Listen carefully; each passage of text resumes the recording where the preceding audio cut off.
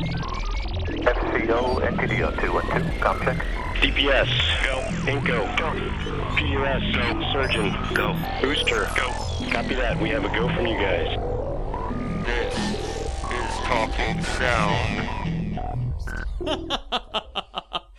Because everybody's gonna say, I don't like the way that my voice sounds. I just want to sound like my favorite singer. But the truth is that many people don't like the sound of their actual voice when they first start off. And that's because it doesn't sound like our idea of what our favorite singer sounds like. It sounds like us. And if you've ever listened back to yourself on your voicemail, the audio from the on a recording, video from Ramsey Studios on YouTube. This video has over 1 million views, folks. RamseyVoice.com. Matt Ramsey, founder and vocal instructor, is our guest today to talk about voice instruction, how to take care of your voice, how to make sure that you're able to hit the ranges you need to hit. And even if you're like me and spend a lot of time behind the microphone talking every week, even nowadays in the world of Zoom audio, stuff like that. How do you take care of your voice during long Zoom sessions for meetings, for production meetings, that kind of stuff? It can get rough. So we're going to be talking to the amazing Matt Ramsey today from RamseyVoice.com about vocal care, taking care of your voice, and some vocal techniques that you can use for singing, speaking, everything else. Right after the messages from our sponsor, Podcast Cadet.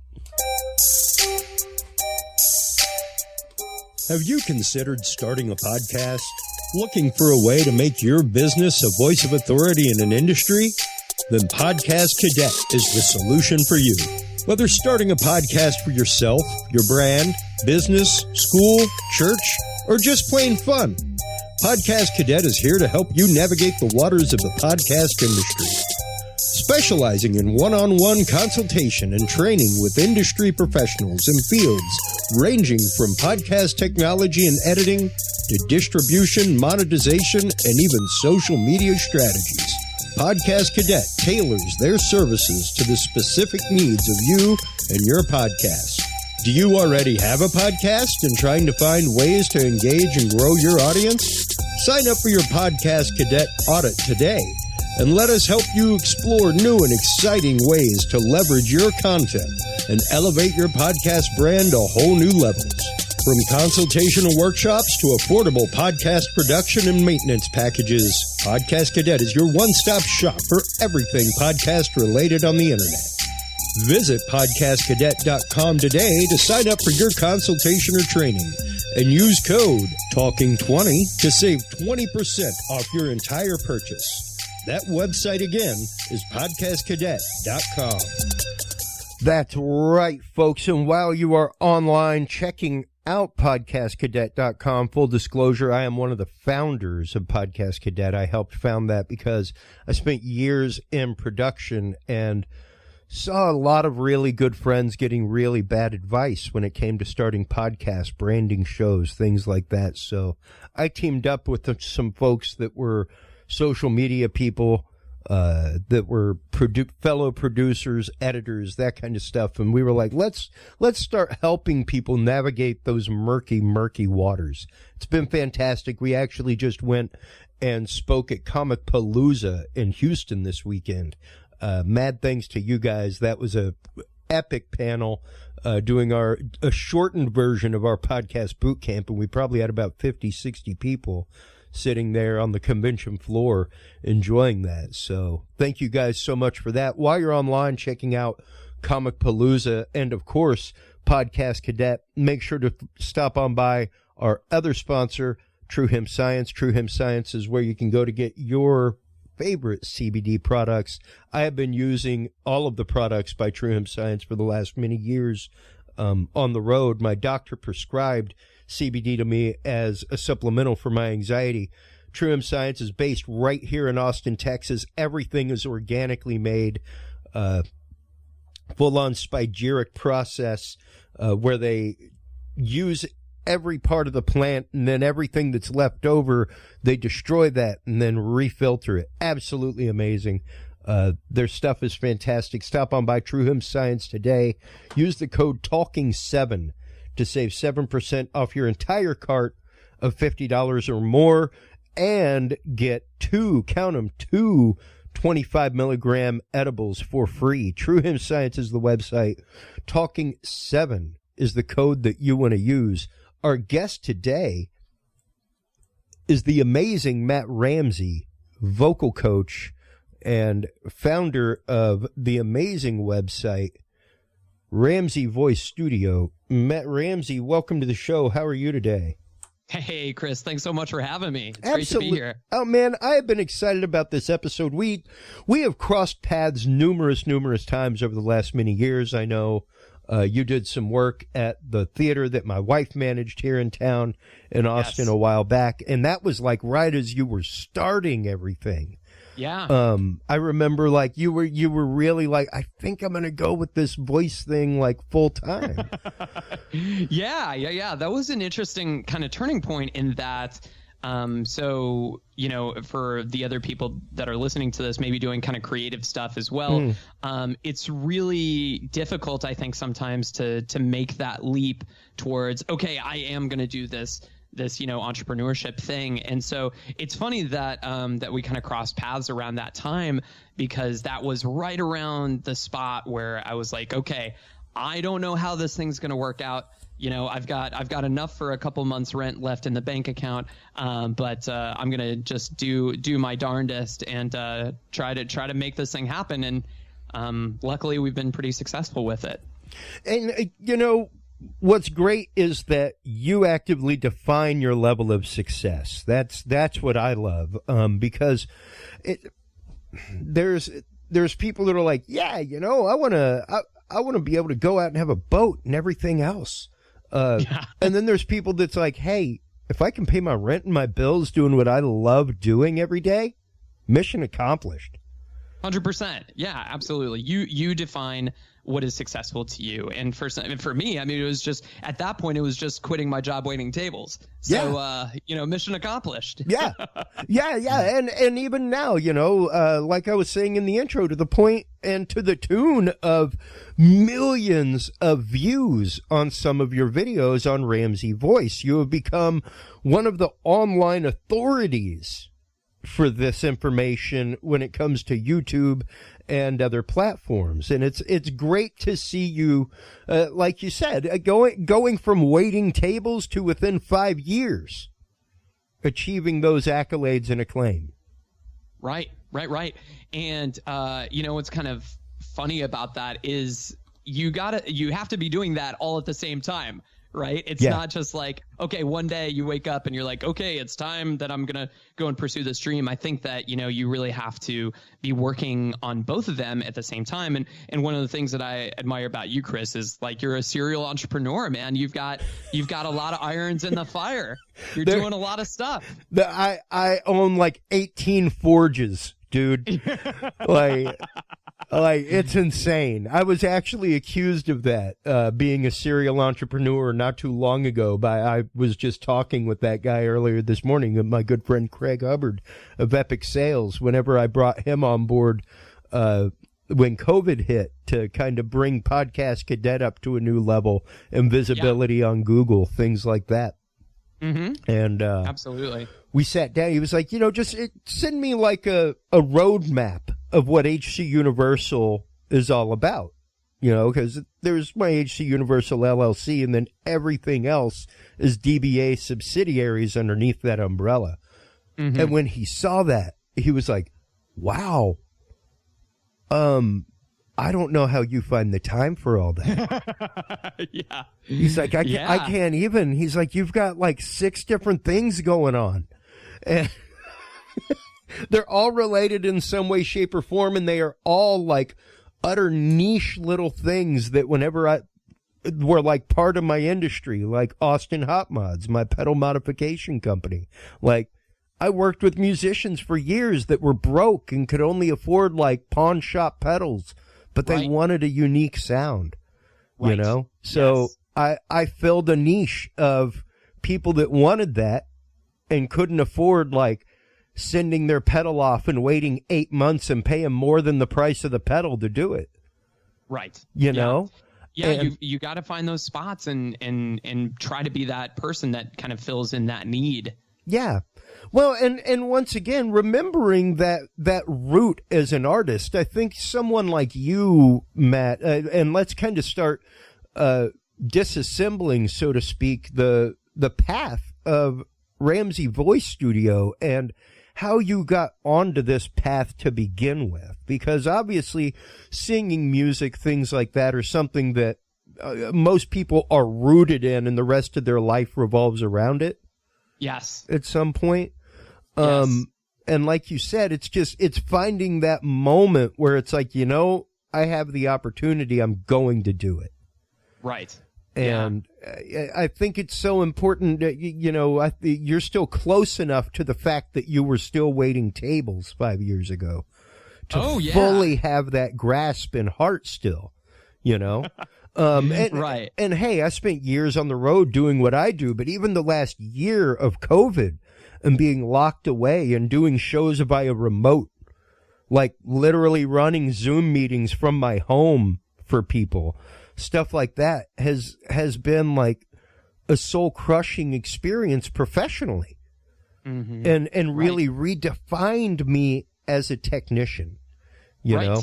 And I think that this path kind of defines a lot of people. And I think a lot of people are scared because they get defined by their day job and not by their passion. Right. And I think a lot of that might just have to do with not really seeing that path of I'm going to take a step. So, right. Let's get into how you got into the world of voice practicing and voice instruction. Yeah, well, it wasn't a direct path at all, but so I actually went to school for advertising. During college, I went to Virginia Commonwealth University, and I graduated with a degree in advertising. Now, I'd been playing music since I was 13 or 14 years old, and I had been asked by the different punk and screamo bands back in high school to sing for them and stuff like that. But I never actually learned how to use my voice correctly in any way.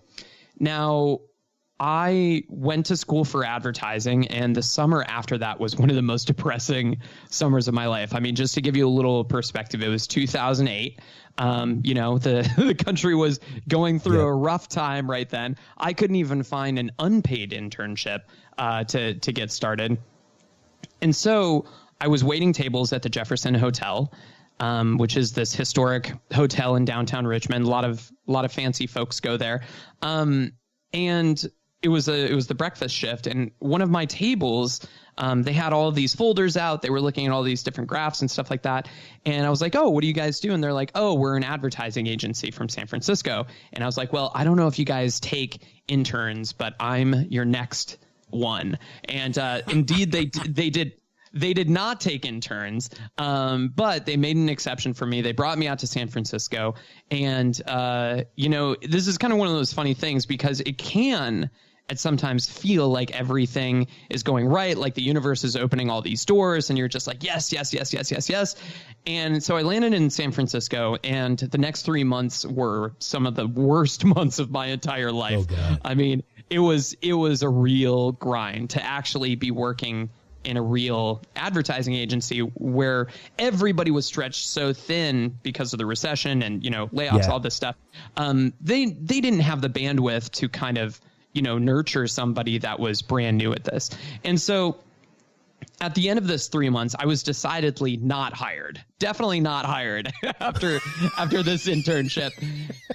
And my boss told me, or my supervisor said to me, he was like, I feel like you like to talk a lot about doing this kind of work, but I didn't actually see you doing a whole lot of this work. And I mean, it was one of the roughest meetings I've ever been in, but I'm very, very grateful to his name's Christian, to Christian for doing that, because it made me start thinking. I was like, wow, if that's kind of the hardest that I could try at something and still fail, then what do I really want to do?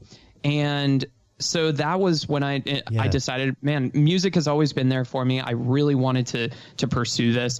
So I started playing at every coffee shop gig, every, art gallery opening, playing in the train station every day, just trying to kill my fear of performing in front of people, because I keep in mind, like, I'd only played in like punk and screamo bands, and now I was playing like, folky Americana, singer-songwriter, some lighter rock and roll kind of stuff.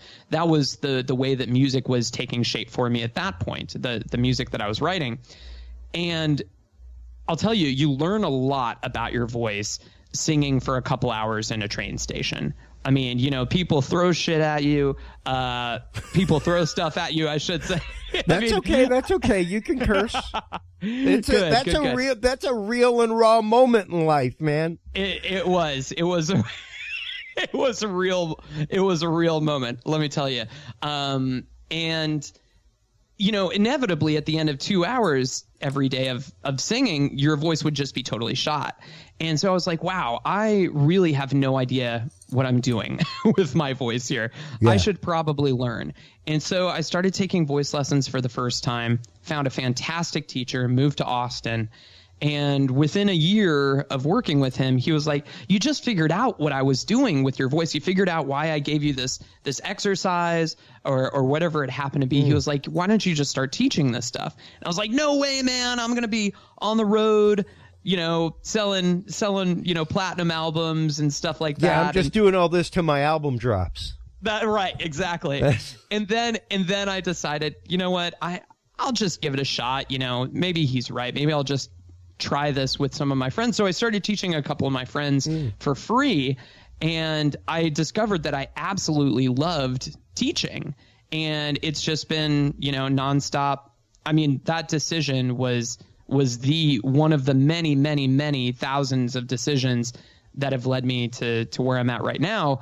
But that was the key moment. And, for the people that hear this kind of story, they can be like, oh, wow, you discovered your passion, you followed your dream, all that stuff. Yes, that is all true.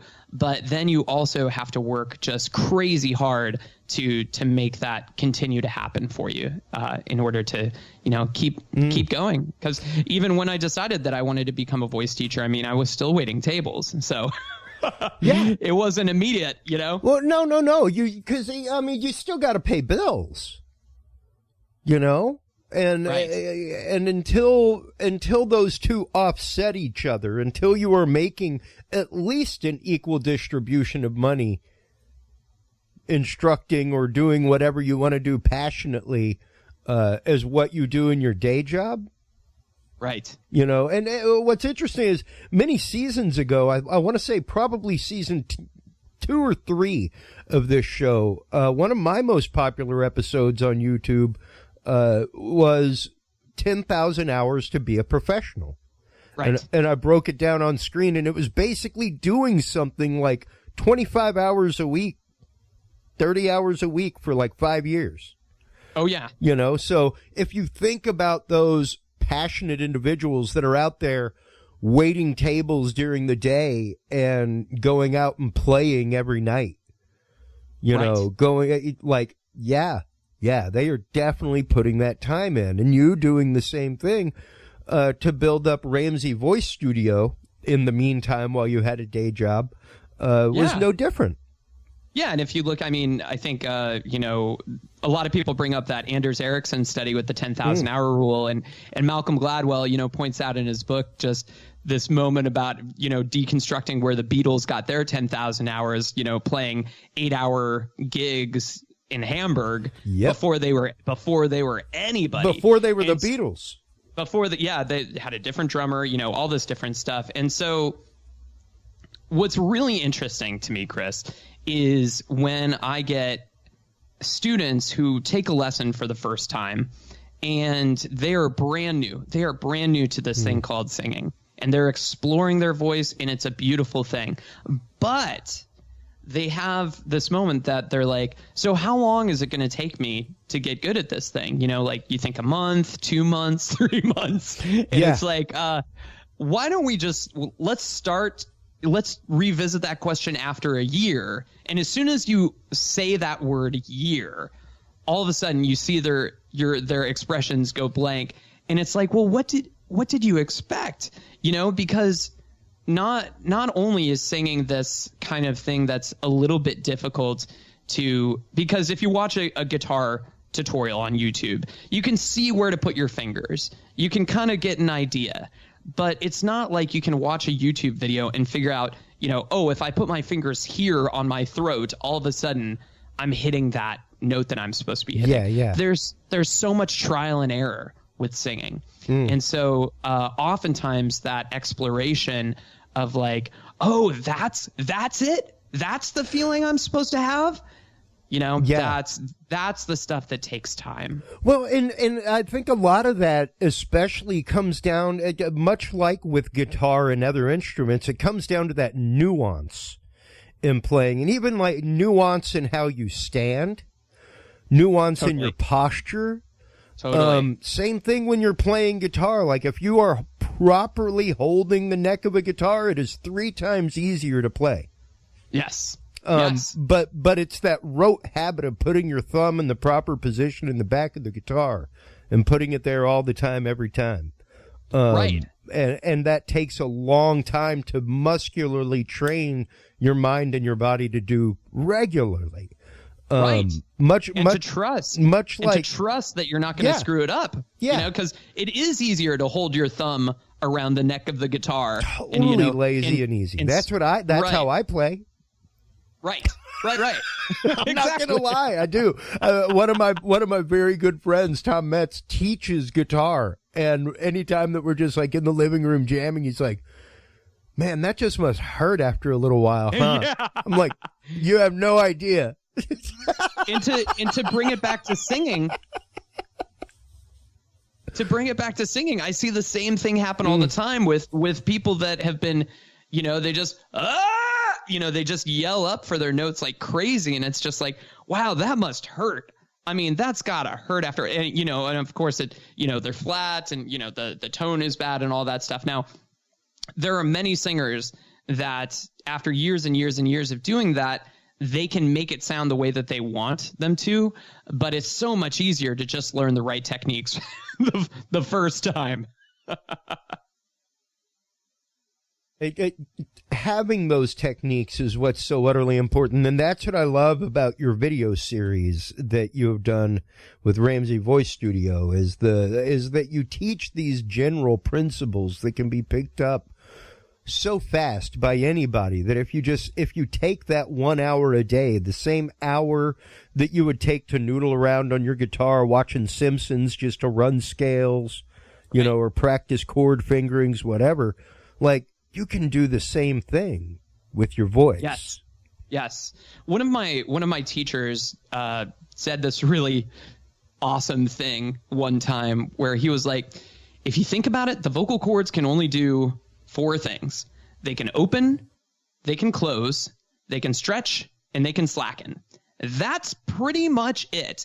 Everything else, I mean, if you break it down into the basic elements of what the vocal folds can actually do, they can open like a kind of sound like that's just breath passing through. That's the vocal folds open. They can close, like if I go, that's the sound of the vocal cords closing. They can stretch to sing up to a high note, like a wee, or they can slacken and thicken to create that really full kind of sound. And everything else is nuance, just like you said. Yeah. It's what you're doing with your vocal cavity, your mouth, your tongue, your lips. Oh, yes. Everything else, and how those work in concert together. Right. Let's start getting into a couple of those principles. Specifically, even before performance, whether it's sitting behind a microphone for stuff like this, whether it's going into a studio or going out live, what are some things that people can do to kind of help themselves out prior to performance? Because I think probably out of my years of stage work as an audio engineer, that was some of the stuff that Man, I worked with a lot of screamo bands. I worked with a lot of metal, things like that. That didn't concern me about people's voices so much as like what I saw people doing prior to performance. You know, like, I'm going to sit outside and smoke butts for an hour before I go on stage. Yeah, give me one more, give me one more White Russian. Yeah, of course. Well, yeah. Like, let's have some more coffee and cream. Exactly. Before we go on stage, if there's any way if there's any way that you can mix, liquor, tobacco, lactose, all together, and gluten all together in a drink. Yeah. That's exactly. Let's have a couple Red Bulls and vodkas and half a pack of smokes and go perform for an hour and a half. Yeah. Well, the first thing that I would say is like there's some kind of just kind of prerequisites that I think are really important. Obviously, people, these are going to sound boring, but they are very fundamentally important. You need to have good rest, i.e. you need to, have a good, 7-8 hours, whatever your body needs. You're going to know the difference because your body has a lot more important things to do than help you sing. Singing is not important from an evolutionary perspective. It's a very, very delicate dance. And so if you are not rested, your body is going to prioritize other things like your metabolism to keep you alive, and it's going to draw away some of the focus that you would be able to place on singing. So you need to have good rest. You need to have good hydration. They say typically 2 to 3 liters of water a day is good. That's kind of an average between both males and females, or those who identify as males and females. I would say that's probably a little bit on the low side. 2 to 3 liters, I think, is a good starting point. You could even go up a little bit more than that, and I think you'd be good to go. They say you want to sing wet and pee pale, right? You want to be so hydrated that your pee is pale, because that is probably going to be a good place. That's going to signify that, you are cleaning the vocal cords. They call it vocal hygiene. It sounds kind of gross, but basically when you drink that water, you're actually cleaning them from some of the mucus and the allergies and all the stuff that hangs out on them. And that's going to keep you sounding really clear. You also want to watch your diet. We were kind of touching on this a second ago with some of the stuff to avoid. You definitely want to avoid smoking, want to avoid alcohol, because alcohol is going to kind of make the vocal folds a little inflamed. It's going to kind of puff them up a little bit. And that's a reaction against they're trying to protect you. They're trying to keep you safe. And the same thing is true of smoking. You're going to secrete more mucus on your vocal cords by smoking. And again, that's your vocal cords trying to protect you. They're like, what is this foreign matter? We better secrete a lot of stuff to protect us from this. Yeah. And so avoiding those activities will make sure that you're staying in a better place anyway. And then, of course, as far as things to do as far as diet, you want to avoid stuff that's going to give you any acid reflux or any allergies. And by allergies, I'm not even talking about necessarily sinus allergies, but also, body allergies. So a lot of people have a sensitivity to dairy, eggs, gluten, lactose. Dairy and lactose is a little redundant, but you get the idea. And I definitely include myself in that category. So if I know I'm going to be singing, then having a bread bowl of clam chowder is probably not going to be the best thing for my voice. Yeah, precisely. Right. And then I think the final thing to kind of put in there, and this is where I spend most of my time, is warm up vocally. This is a hugely important thing that I don't see enough singers do. As a matter of fact, I was in the studio of a really, really famous rock band, and the lead singer walked out the door, and the bass player was like, he doesn't warm up. I can always tell. The first 3 songs that we play live, they're always rough, and then he starts to kind of hit a stride. And I'm like, wouldn't it be so great? In my mind, of course, you don't want to talk back or anything, but in my mind, I'm thinking, wouldn't it be great if you had warmed up before so that you make that good first impression right off the bat? Yeah. And that's something that I'm always, I warmed up before our interview here, you know, so that my voice is right. I haven't been teaching any singing today, so my voice was definitely cold, even though, you know, it's the middle of the day. Yep. And I've you know, had a breakfast meal, and I've gone to the gym and all that other stuff. Yeah. A lot of people think that would be enough to warm up your voice, but if you're going to be doing a lot of activity with it, what a warm-up is going to do for your voice is, number one, it's going to thin out any mucus secretions on your vocal cords. I promise that's the last time I'm going to say mucus, unless you cue me again, Chris. No. Snot it up, buddy. Snot it up. Let's snot it up. It's going to thin out those secretions, and number two, it's going to supply more blood flow to the vocal cords. And so that means that they're going to vibrate better, fuller, and in a much more healthy way. Yeah. So if you are going to do a lot of screaming, I'm not saying there's anything wrong with scream singing. There are some teachers that purport that that's totally fine. I haven't totally bought that line yet, but in my work with people that sing like that, it's more like minimizing damage. And so when you're working on... It's working on proper technique. Right. It's drilling technique, because, yeah, you can absolutely hit those low ranges and go to high and everything else. You just know how to, like you said, you have to know how to minimize damage. You have to know the proper way to glissando or move from that range to the other range. And even with screamo singers, I'll still teach them how to sing on pitch, because, I mean, that's important. Yeah, it's still necessary. Right. I mean, there's some what I would say is kind of like atonal, aspects to that kind of music. But one thing that I wanted to kind of bring up in listening to your podcast, Chris, is that you have a lovely speaking voice. And I think you're welcome. I think that a lot of people that hear you wouldn't know exactly why they like it. They're like, oh, he sounds like he's got a good voice. But you speak with a lot of range.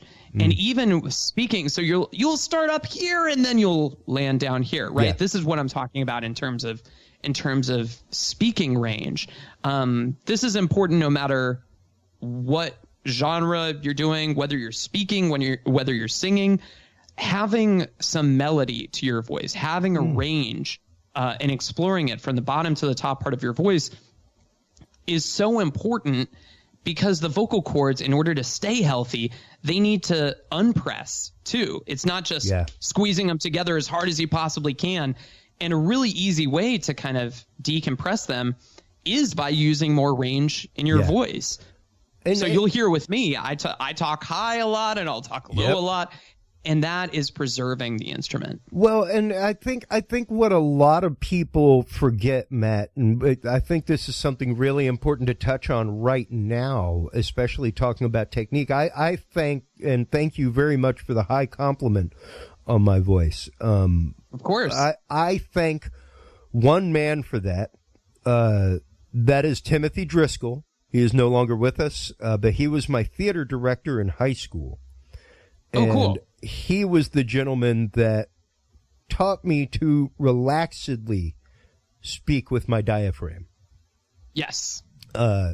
Not to speak from my lungs, because that's how you end up gasping for words. That's how you end up running out of air when you're doing words. It is a slow tightening and releasing of the diaphragm while you speak to keep that steady intensity going. And to, when you're on a stage, speak to the 10th row without effort. Right. Absolutely. And a lot of people don't realize that, and I think you pointed this out earlier, is that happens, that being able to speak and project to the third or to the 10th row, whatever row, any row, is the systems of singing working in tandem, just like you said. Yeah. So we've got three main systems. We've got the respiration system, or your breathing. We've got the phonation system, which is the vocal cords. Think phone, think vibration. That's the vocal cords. And then we have the resonance system, or the resonation system. And that's everything above the vocal cords. That's your teeth, your tongue, pharynx, all that stuff. What your lips, what all of that is doing. And if any one of those systems is broken, then you're not going to be able to get that healthy sound that you're talking about. Yep. So you just mentioned, speaking or singing from the diaphragm. And many singers will, you can't see this, but like they'll lift up their chest or they'll lift up their shoulders every time they take a breath. That's not what we want. Yeah. Instead, if you want a really quick demo at home, for those of you who are following along, you just place your hand on the bottom of your stomach and just allow your stomach to come out as you inhale. You'll feel that your stomach comes out a little bit. A lot of people don't like doing this because it makes them feel fat, but this is just a demonstration. And then as you sing or as you speak, allow your stomach to come back in. And so a lot of people do the opposite. They inhale, they bring their stomach in.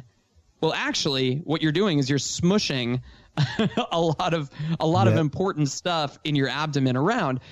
And in fact, when the diaphragm actually contracts, it lengthens. It actually creates more space. And that's why it's important to allow your stomach to come out. So it's kind of, you can't see it again, but it's like a hollow bowl shape that flattens. And as it flattens, as it contracts, it's pushing down the other organs in your abdomen to make more room for your lungs, for your lungs to fill up with air. Yeah. And so a lot of people will do the opposite. They'll like squeeze, they'll contract, they'll pull, they'll suck in their stomach as they inhale, and that's actually the opposite of what we want. And without even realizing it, by just one poor technique, you've basically eliminated one of your strongest pillars in your singing voice. Really, like the center pillar of your singing voice. Absolutely. The power that your diaphragm can provide. I mean, you're talking about sustained notes and power 2 to 3 times what your lungs alone can provide with the same volume of air and oxygen. It's pretty incredible once you get that down and get to the point of using your diaphragm properly. And I think there was something that you brought up that I think is a second one that a lot of people make the mistake of, Matt, and that is gasping. Right. And proper breathing, aside from using your diaphragm to push air, proper breathing in through the nose, out through the mouth is so rapidly important when you're breathing, or even doing what I do, speaking sometimes for 3 hours on end during a live show. Because it's that temperature variation. You have to remember that there's warm, moist air coming from inside your lungs coming out. Right. So if you close your mouth and breathe in through your nose, you bypass your vocal cords to your lungs. And you aren't breathing in that cold, crisp air that's in an air-conditioned space or something like that, which is causing that massive temperature variation on those very sensitive, fluttery vocal cords. Like they are very sensitive. Oh, well, because, I mean, that's a massive temperature difference when you're talking about like 98.6 degrees coming out to what the average air temperature is outside. If you're gasping that air in and out past your vocal cords, that can do a lot of damage rapidly. It can dry out your vocal cords rapidly, all kinds of things. Exactly. And just to list out one exception to that rule, in terms of singing, typically just inhaling through the nose isn't going to supply you with enough fuel to make it through your phrases. So actually with singing, typically you would inhale through the mouth. But just as Chris is saying, you do want to make sure that is a silent breath, that you're not, certainly don't want to have your vocal cords vibrating as you inhale through your throat. So no Darth Vader sounds. And I am guilty of that. Like there was a while, and every once in a while I'll go through, I don't do a lot of editing on my shows, because I come from the world of live radio and TV. But for me, there was a while that I listened back to my shows at least every other episode, the full episode through. And I noticed that I was gasping. And I was like, man, that just sounds choppy. That does not sound right. Like I can hear myself like hoping that I have enough time to get out what's in my head. You have a lot of thoughts. You have a lot of thoughts that you want to get out. And this is something that we see with singing a lot too, is that I was actually just doing this with a student a minute ago. There's a song, do you know it's oh goodness, what's the name of it? Like a Stone by Audioslave, where you sing on a cobweb afternoon in a room full of emptiness. If you don't do that verse right, you will be out of gas by the second line.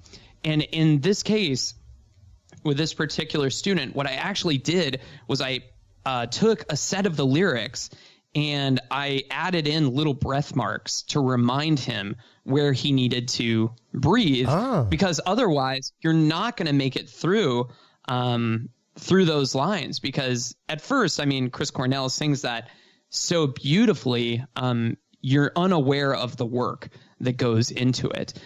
So any singers who are listening to this, if you feel that you're running out of breath, yes, definitely look at the diaphragm. Definitely check that out first. Make sure that you're putting into practice what Chris and I just mentioned in terms of allowing the stomach to relax as you inhale. But at the same time, take a look at your music too. There may be opportunities for breathing in there that you're not realizing. And again, you don't want to on a cobweb afternoon. You want it to be that slow, silent, and deep. Yeah, that's what you want in your breathing. For me, it was literally a Post-it note. I put a Post-it note right here in front of me that was like, pace, breathe. That was it. Right. And it stayed here for like 6 months.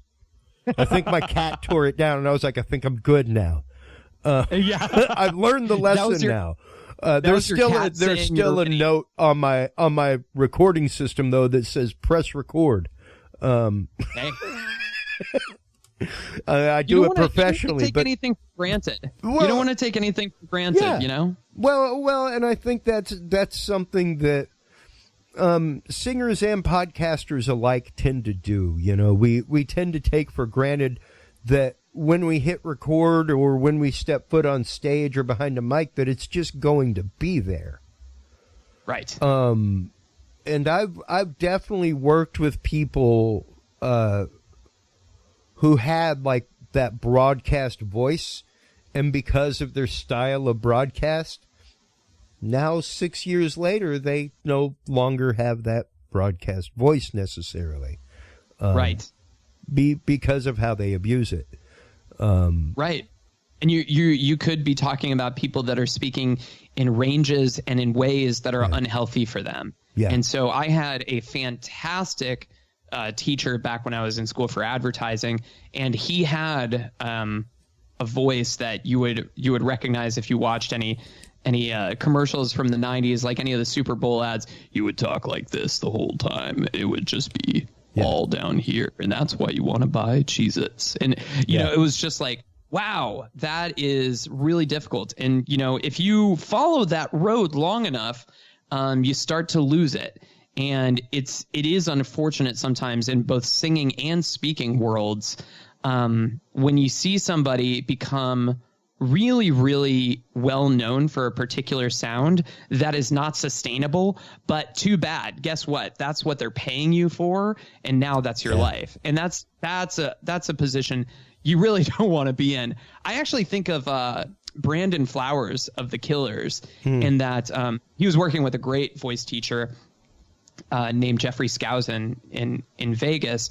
And if you listen to Brandon singing in the first album, it's incredibly exciting. It's a beautiful sound, but it had a lot of pressure and a lot of tension to it.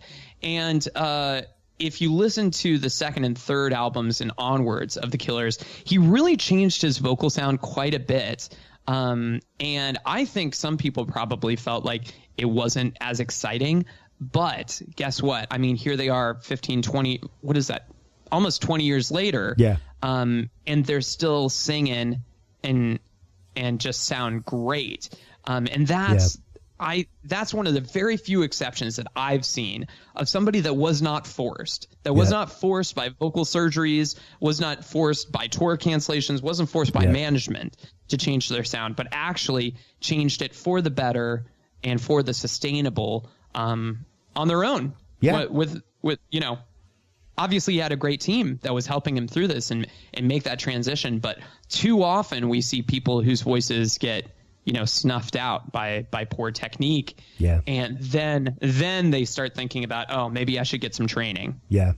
Geddy Lee is another example like that.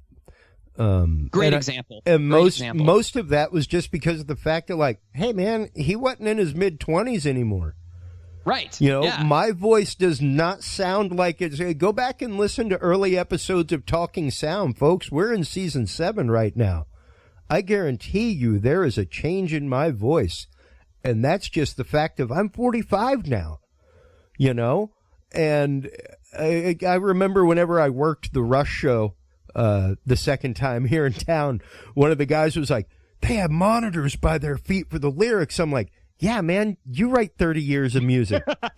Yeah, right, exactly. You remember all the words to 30 years of albums. They released an album every other year. Right. But most of their stuff later on was written in lower keys, and even most of what they performed was keyed down so that Geddy could perform those favorite songs regularly. Right. Without doing himself harm later in life. Exactly. It's amazing that, Geddy, what a fantastic tenor he is. And the melodies that you write in your late teens and your 20s, you're not thinking about, I have to sing this, 3,000 times over the next 20 years. You're not thinking like that. Yeah. And if somebody told you, hey, that's going to happen to you, you'd probably still do it.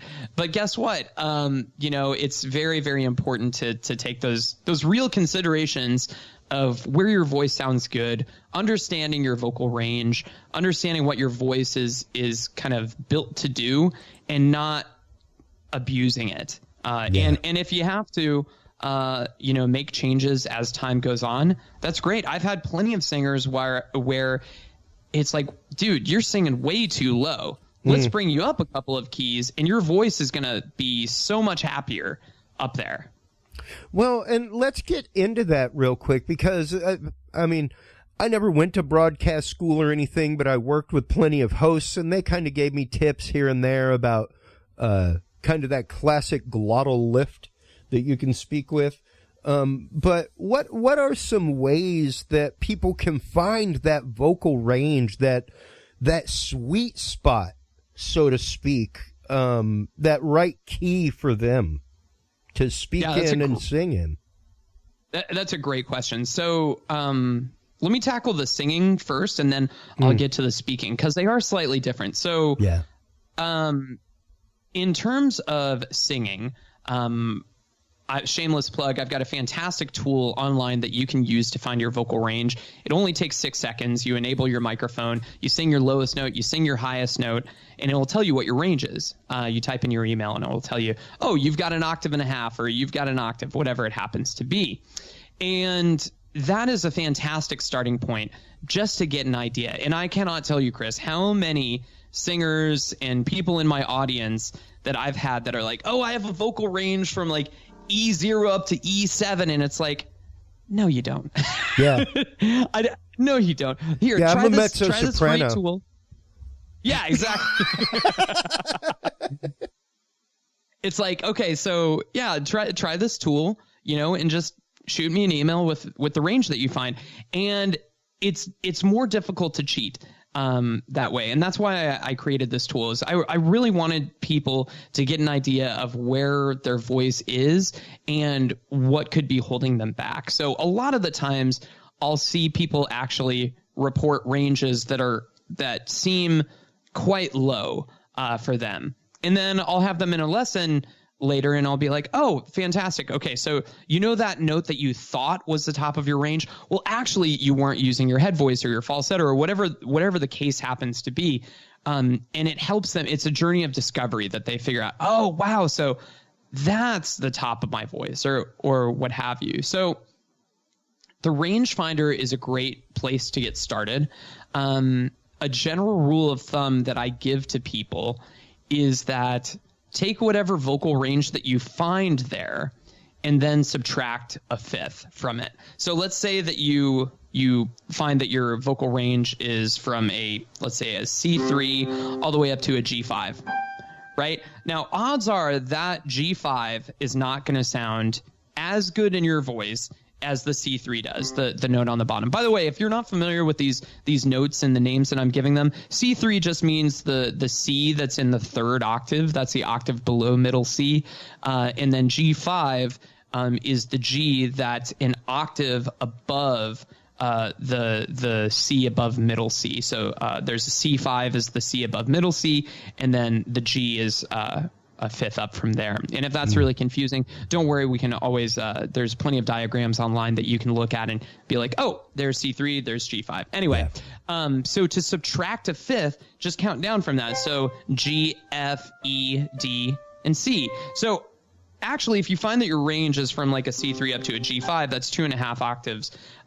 Subtract a fifth, you'll still probably sound pretty good from that C3 up to the C5, which is if I subtract the fifth.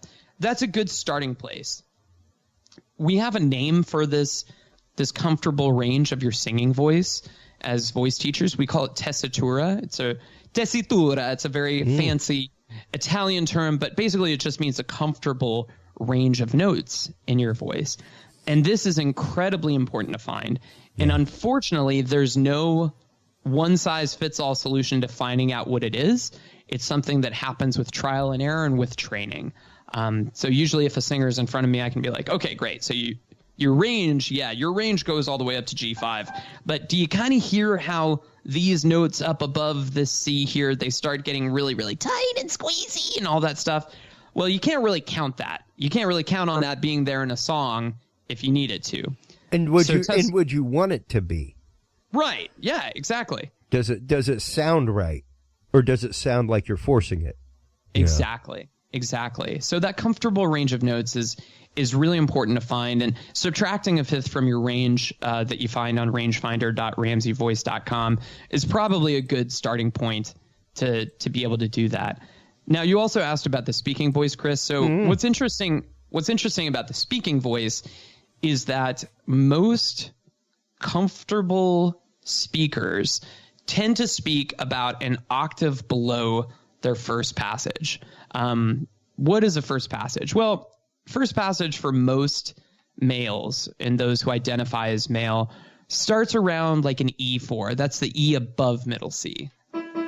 That's that note right there. So if you're looking for a good place, if you're a male or identify as male, if you're looking for a good place to get started with your speaking voice, try speaking right around there. That's the E3. Yep. That's the octave below that E4. So start around there. That's even a little low for my voice. And you'll hear both Chris and I, we speak in octaves. We're like, wait, what? Yeah. What are you talking about? Yeah. We'll go up an octave, down an octave. But if you're looking for a place to get started, just an easy spot to get started, E3 is probably a good bet for most males. And for most females, an octave below their first passage, the female first passage, tends to start around an A4 right there. So looking an octave below that, speaking right around there. Now, I can speak comfortably right there. I can speak there for hours, and I'll be fine. I'm a higher tenor, and so it works for me. But this is why trial and error and experimentation and kind of discovering your voice is so, so important. Yeah.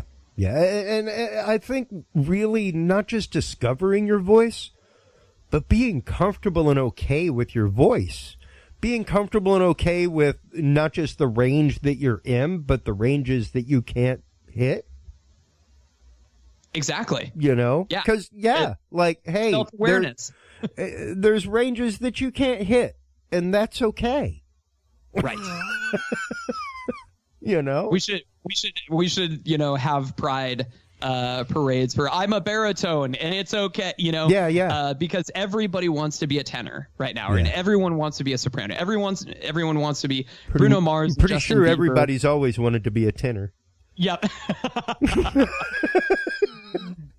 Pretty sure that's always been the rage.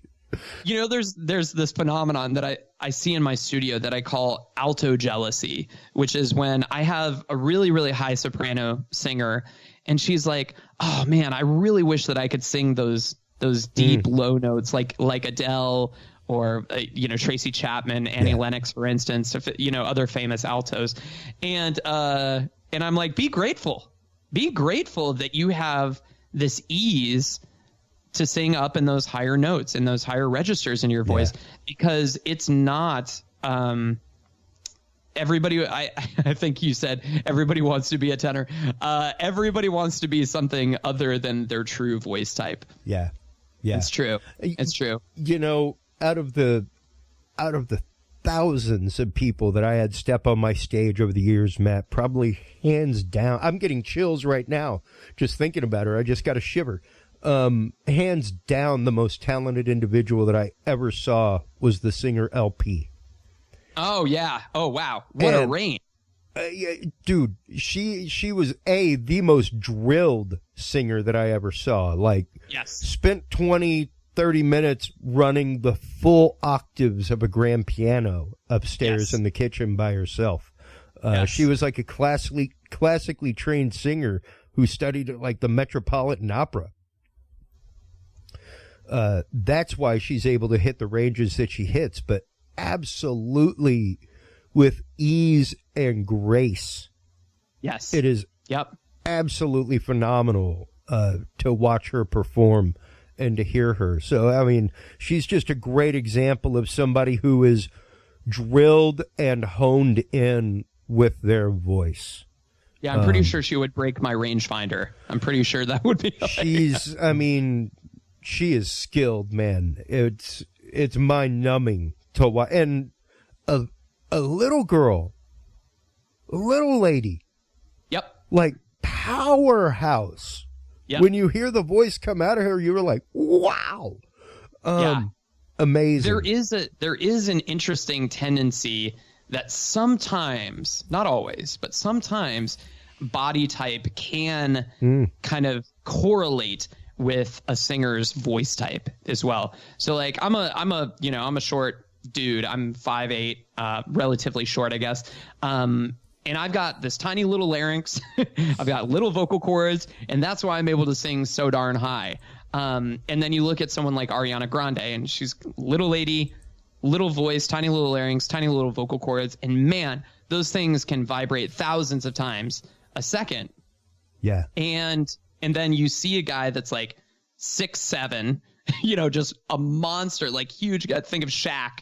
Think about how low Shaq's voice is and how big of a throat, he has. And that's a huge indicator of, what a person's voice type is. Isaac Hayes is a prime example of that. Great example. Now, with that being said, how important is physical fitness to all of this, Matt? Because I probably do a few thousand ounces of curls every week.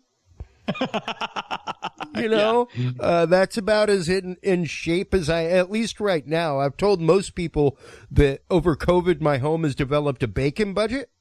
Yeah. Because the amount of bacon that I would normally eat off of buffets at hotels that I'm working at has stayed the same, but now I'm at home. But now it's at home. Yeah. Well, how do you make your bacon? That's a very personal question, I know, but how do you make it? I'm an oven man. Oh, you make it in the oven. You get it really crispy. I go hotel status. Yeah, a little piece of parchment paper, a silpat. Put it on there, let it fry in its own juice. Comes out melt in your mouth. Yeah. That's good stuff. Yeah. Yeah. I've as far as I can see, there's 3 primary ways. You make it in the microwave, you make it in the pan, or you make it on a sheet tray in the oven. And so, when I have the time, I like the sheet tray approach. But yeah, physical fitness, I mean, it's really important. Not just because your breath is going to be improved, which it will, but also because, if you're moving, then you're, all the things that are supposed to be moving in your body, like, the different kind of your blood flow and stuff like that is also going to be moving. So your voice is also going to be moving, which is a key aspect of a good vocal warm-up. So not just moving your vocal cords, but also moving, the blood and the fluids and all the other stuff that hang out in your throat. Moving that around is really, really important as well. Well, and especially lower back, stuff like that cannot be understated or underdeveloped for singers, because it's literally the direct opposite of what you're flexing in the front. Right. Yes. So whenever you're flexing your diaphragm properly, like you will feel it in your lower lumbar. Like you'll feel it right there above your waistline and in your back when you're doing it right. I remember my vocal teacher years ago had me laying on my back to do breathing exercises, and she was like, when you're breathing with your diaphragm, you will feel the curvature of your back hit the floor. Mm-hmm. You'll feel it softly touch the floor as you breathe. There's that slight curve in your back. She's like, that's how you'll know that you're pulling your diaphragm, because it'll be pulling your back muscles at the same time. And also keep in mind too that you don't, if to go all the way to the opposite side, you don't want to be Mr. Six-Pack Abs over here either when you're singing. Yeah. Like you don't want to have that much. Like if I suck in my abs, I'm sucking in my abs right now. And as you can hear, there's a little bit more tension in my voice than if I relax it. And all of a sudden, my voice just sounds a lot more open. And so, it's so important that, yes, we do want to have great support. Yes, we want to have proper muscular fitness and support. But we also don't want to be just squeezing stuff because that's going to add more tension to the throat as well. So it's all a balance, man. It's all a balance. Yeah, it really is. I mean, top of the list there is, like you said earlier, relaxation. Get rest, step away from it. Make sure that you get your sleep at night, that kind of stuff. So absolutely key. Absolutely. Matt, I want to thank you for the time today. This has been absolutely fun. I knew that we would have a great episode whenever we started chatting again, and I would love to have you on again and again and again. I think that we have kind of disserviced our audience a little bit by not having folks like you on regularly. I know for a long time we're getting ready to start up our educational episodes again. For a long time we did how to maintain your soundboard, things like that. Right. Yeah. And I think that that's so entirely important to keep putting out there, and to have folks like you out there to come on and talk to potential podcasters, talk to the people. The whole idea behind this show is kind of bringing up the next generation of engineers and podcasters, stuff like that. So to teach these principles to them, to teach these principles to engineers who work with singers on their stage regularly, or producers who work with singers, I highly recommend anybody out there producing for bands, get in touch with Matt. Sincerely, go take at least a good 6 months of classes from Matt. Learn the basics of singing. It will behoove your studio sessions so much to be able to talk that language with a singer, and to be able to change that behavior on the spot. Right. You're literally just, you may as well take a blowtorch to stacks of cash to go into a studio unprepared as either a band, and we've said that with band owners like Michael McCulco from Lucky Run Studios in Houston. Multiple shiny records up on the wall over there, and it's one of those are the bands that come in and just dump tons of money and end up with a CD that they then can't afford to get mastered. And, you know, Right. they want to come back and redo vocals and redo vocals and redo vocals because they weren't rested the night before. Or they weren't ready when they came in the studio. Right. And sometimes, yeah, that even falls to us producers, you know, because we weren't ready to take them through that studio process properly.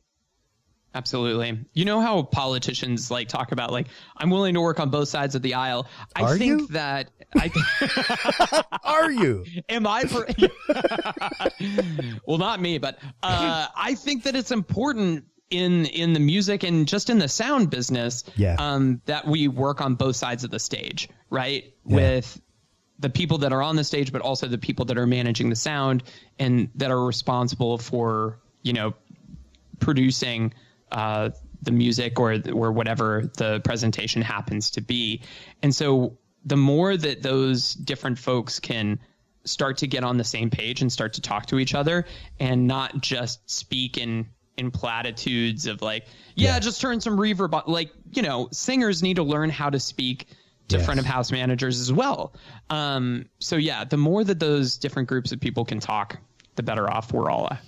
That was always my slow mumble inside from the booth as somebody would ask me to throw a compressor on their vocals. Yeah. Was like, or you could just learn to sing. You know, you could just project and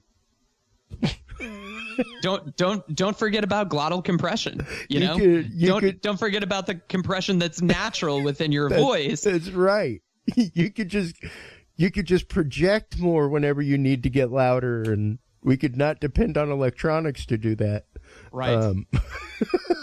But it is interesting to see how sometimes the technical world, even the world of auto-tune, things like that, have led to almost a full-on laziness, not just on the side of engineers and producers, but on the side of artists as well. 100%. Yeah, people come into the studio singing for auto-tune. They come in used to using that tool so much that they actually sing to the auto-tune rather than singing their vocal melody the way that it is, and then maybe touching things up a little bit. They actually are approaching auto-tune. It's like if you've never played a guitar without distortion before. It's like you're going to have a very kind of biased idea of how to play guitar if you've only played with distortion. It's like if someone turns on that clean channel for the first time, you are going to be in a world of hurt. Yeah. It may sound a little sloppier than you're used to. So, once again, Matt, thank you so much for the time. Before we let you go, one final chance for shameless self-promotion. Let everybody know where they can go to sign up for your mailing list, where they can go to book your sessions, where they can go, once again, to use that amazing... I'm going to take advantage of the rangefinder today. Whenever we're done, I was bebopping around the house for a few hours. The family was gone, so I had my music up and was warming my voice up, so to speak, across the house today. So I'll give myself the rangefinder challenge. I encourage my whole audience, whether you're a podcaster, whether you're a singer, even if you're a producer, go take the rangefinder challenge, find out what your range is. If anything, it's going to give you a better idea of maybe how biasly you're listening to something. Right. Yeah. For some people, it's a fun contest. For other people, it's a cold splash of water in the face. But you know, what gets measured gets managed. You know, so That's once you actually know, you know, what your range is, then you can start.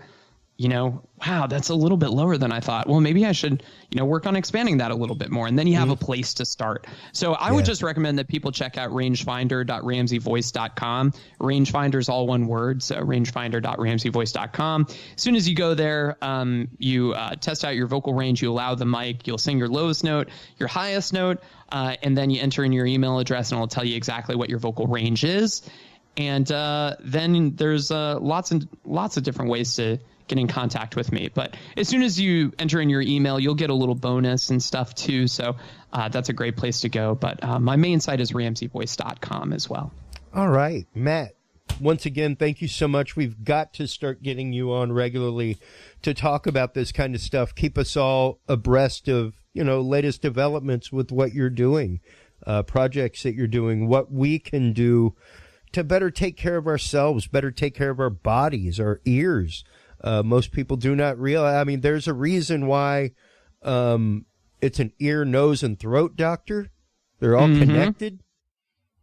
You'd be surprised how a minor ear infection can absolutely affect the way that you're singing. Yes. How much your hearing affects the way that you sing. So much more to cover on this topic. Thank you once again for coming on and taking the time. Please do hold the line while we close things out. While you're online checking that out, make sure to stop on by the Talking Sound podcast, everybody. That's where you can find all the episodes. That's where we are rebuilding the industry news section right now with tons of new RSSs. We just had a great episode. If you are a band with a website, anything like that, we just had a great episode with Jason Bernard of CaliCube talking all about SEO optimization for bands, artists, things like that. So stop on by, check it out, talkingsound.com. Check out hcuniversalnetwork.com. Thank you for tuning in to this episode. Take care of yourselves and your hearing. We'll talk to you soon. Bye-bye. For more episodes, industry news, and information, visit us online at talkingsoundpodcast.com. Subscribe to the Talking Sound Podcast on Amazon Audible, Spotify, Spreaker, SoundCloud, iTunes, or your favorite podcast service. Get the latest Talking Sound videos on Facebook, YouTube, Twitch, Reach TV, or your Roku or Amazon Fire device with the APR TV app. Talking Sound is a proud member of the HC Universal Network family of podcasts. For more great shows and content, subscribe to hcuniversalnetwork.com today. Until next time, watch those meters, gig safely, and keep reaching for 11. This is Talking Sound.